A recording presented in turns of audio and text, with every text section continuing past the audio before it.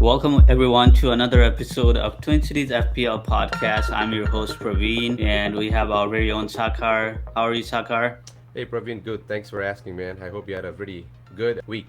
Yeah, it was a tough week, but I think Arsenal grinded through to get 3 points, so I'm happy. I don't think you are as happy with your team's performance, but I'm No, sure FPL wise you're doing to good. begin with, yeah, as you see, Onana, he had a pretty lucky week. The first game week, as you see, Gabriel once again disappoint everyone. So benched. DSC, that was my pick for game week one. I think I made a little bit of Chelsea had a good game, but we are just starting, so I'm still gonna have my faith for Sassy. Stupinan, his performance, his goal, and then it just really helped my team to get the very strong point in the defense. As you can see, Mbibu, he had a penalty and one more goal, which was pretty nice. Arsenal, doubling up on Arsenal. I don't know. It was kind of heartbreaking, but we'll take it. And another one, Rashford, yet another disappointed week for Manchester United, and probably will be way out for my team. Haaland, I think against Newcastle, I know I predicted there would be a high scoring game, but then I feel with that Solanke with an assist still is gonna be in my team. What about you, Praveen? Yeah, I was also like slightly over average, but I'm not totally happy with my score either. Mitoma from Brighton and then Estepinian from Brighton, they were the highest scoring ones. Saliba also had 8 points, and I did double up on Arsenal defense, which feels like a great move, but Yep, Gabriel you didn't already had start. White. So Mhm. yeah, Gabriel didn't start. So now I'm questioning whether I should keep him or not. Right. Again, I think I made the correct decision going with Salah for captain. I didn't get as many points as expected, but it's better than 2 points that Haaland got. So overall, it was a green arrow for me, but I feel like there I could have gotten a little more points out of this. But overall, happy. Yeah. So Sakar, do you have any transfer planned for this week? Right. Yeah, absolutely. I really, as you can see, my team here, my goalkeeper is Onana, of course. I have Gabriel in bench, of course, as you can see. I can't trust him anymore, but I can't afford to lose him yet because I think there's still going to be changes in Arsenal defense. So he could still be a good, valuable asset going down the road. So I'm just gonna keep him around. As you can see, Martinelli and Saka, they're playing against Fulham, and Fulham really had a bad week last game week too. So I think Arsenal is gonna crush it. It's sad that I'm benching Gabriel, but I think it's gonna be a good week. Rashford, I might give him one more chance, but I'm pretty, looking at the way Manchester United playing right now. I think Rashford is gonna make out of my team here. He is gonna be transferred, and I'm gonna, probably bring him either Rodri from Manchester City to replace Rashford as of now. But that's still it's in the air. But chances are I'm going to replace Rashford and Haaland, of course, and then Solanke one more week. But actually, I'm not sure about Solanke this week. I might transfer sub Solanke for Morris because as you know he scored in his game week one, and they have Chelsea whose defense still struggling compared to what happened in game week two. So yeah, that's my team. Yeah, similar to you. I am having little struggles in that midfield, but I might give Rashford another week. Same with Gabriel, might Right, hold on to him for another week. Player I do want to change is João Pedro, right, who was rotated out this week, and also Ollie Watkins, because he's out of penalties. right. And with his 8 million price tag, I think he's overpriced at this point. So either both of them or just one of them to bring in probably either Nicholas Jackson from Chelsea or Wissa from Brentford. That is what I'm thinking right now.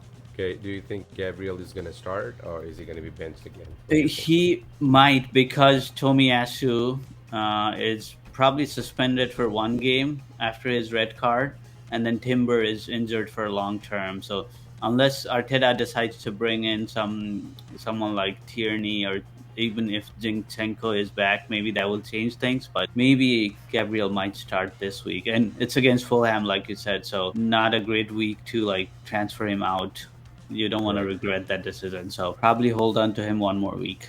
Okay, so let's go to our player to watch week. I'll give you three options: three player to get rid of, and then three player to transfer in. Who are your pick? Yeah, let's start with defense. I would say on defense, my plan is, or my plan, not my for my team, but I think a lot of us has Chilwell or even Reece James in their team. So if we can get rid of them, I think City defenders are very attractive right now. Their fixtures are looking good, and I think they will get clean sheets. So I'm going with Ruben Diaz. Feels like he's the one who will start. Most probably, it's tough with Pep's decisions, but I think that would be a good move. What do you think about defense? Do you have any player in mind? I know we talked about Gabriel, but then I'm thinking to bring in Saliba since Gabriel is benched for I don't know how long.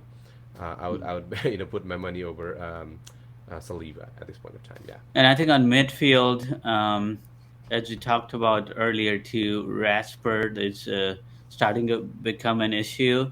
So I might get rid of Rashford, or not me, but I think to get Rashford out and bringing in Mbuemo from Brentford. He has, I think, probably scored a lot of points. I don't think he's Right. the highest scoring High midfielder, but he scoring. might Yep. be. Yeah, he might be. So I think, Yep. and their fixtures are looking great. So Correct. uh, getting rid of one of your midfielder and bringing in Mbuemo might be the right decision for this week.